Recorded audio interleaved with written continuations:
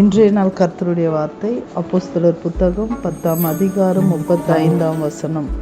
எந்த ஜனத்திலாயினும் அவருக்கு பயந்திருந்து நீதியை செய்கிறவன் எவனோ அவனே அவருக்கு உகந்தவன் என்றும் நிச்சயமாய் அறிந்திருக்கிறேன்.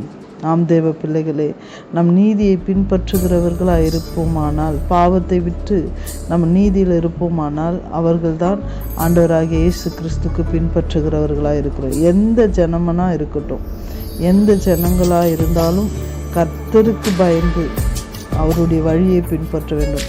நாம் பார்க்கிறோம், சங்கீதம்ல கர்த்தருக்கு பயந்து அவர்கள் வழியில் நடக்கிறவன் எவனோ அவன் பாக்கியவான் என்று சொல்லி நாம் பார்க்கிறோம். இந்த அதிகாரத்தில் நாம் பார்க்கும் பொழுது கொர்நேலியு கர்த்தருக்கு பயந்து ஜீவித்ததுனால கர்த்தர் கொர்நேலியையும் அவர் ஜனங்களையும் ஆசீர்வதித்தார்.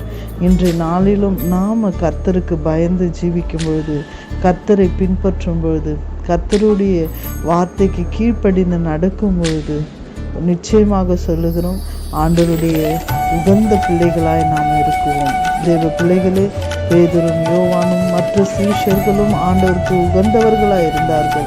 கொர்நேலியுவும் ஆண்டவருக்கு உகந்தவனாய் இருந்தார். அவருடைய குடும்பமும் அப்படிதான் இருந்தது. கொர்நேலியின் குடும்பத்தை ஆசீர்வதித்தது போல இந்த நாளிலும் நம் தேவனுக்கு பயந்தவர்களாய் நாம் இருக்கும் பொழுது, அவரின் நீதியை பின்பற்றும் பொழுது அவருக்கு உகந்தவர்களாய் நாம் இருப்போம். இன்றைய நாள் அப்படியாய் நாம் தியானித்து கர்த்தருக்கு நன்றி சொல்லி ஆசீர்வாதத்தை பெற்றுக்கொள்வோம்.